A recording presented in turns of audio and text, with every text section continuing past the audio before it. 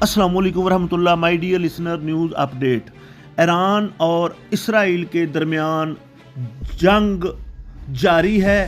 ताज़ा तरीन सूरत हाल इंतहाई संगीन है। ये तनाज़ा अब अमेरिका की मुकम्मल शमूलियत के साथ एक वसी इलाकाई जंग में तब्दील हो चुका है।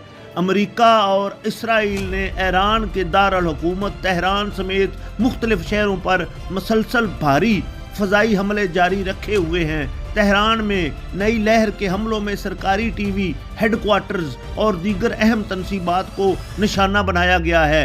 ईरानी रेड क्रेसेंट के मुताबिक ईरान में अब तक 550 से ज़्यादा अफराद हलाक हो चुके हैं, जबकि लिबनान में भी हलाकतों की तादाद बढ़ रही है।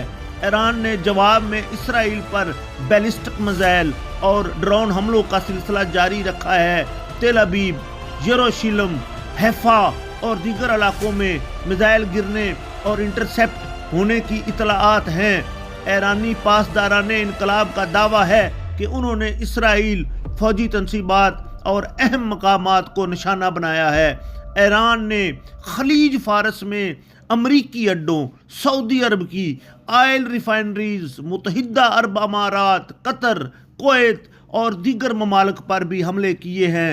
ईरानी पासदारान ने ऐलान किया है कि हरमज़ आबनाए को बंद कर दिया गया है और कोई भी जहाज़ गुजरने की कोशिश करेगा तो उसे निशाना बनाया जाएगा। इससे आलमी तेल की सप्लाई शदीद मुतासर हो रही है। हिजबुल्लाह ने ईरान की हमायत में इसराइल पर रॉकेट और ड्रोन हमले शुरू कर दिए हैं। इसराइल ने जवाब में बैरूत और जनूबी लेबनान पर हम बमबारी की है, जिसमें हिजबुल्लाह के कमांडरों को भी निशाना बनाया गया है। अमेरिकी सदर डोनाल्ड ट्रंप ने कहा है कि ये फौजी मुहिम 4 से 5 हफ्तों या इससे ज़्यादा चल सकती है। अमेरिका मज़ीद फ़ौजें भेज रहा है। अब तक कम अज़ कम 6 अमेरिकी फ़ौजी हलाक हो चुके हैं। ट्रंप ने खबरदार किया है कि ईरान के ख़िलाफ़ सबसे बड़ी कार्रवाइयाँ अभी बाकी हैं और अमेरिका ईरान की मिसाइल, न्यूक्लियर और नेवल सलाहियतों को मुकम्मल तौर पर ख़त्म करने का अज़म रखता है।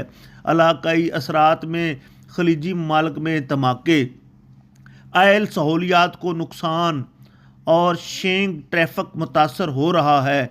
अमेरिका ने पूरे मशरक़ वस्ता से अपने शहरियों को फौरी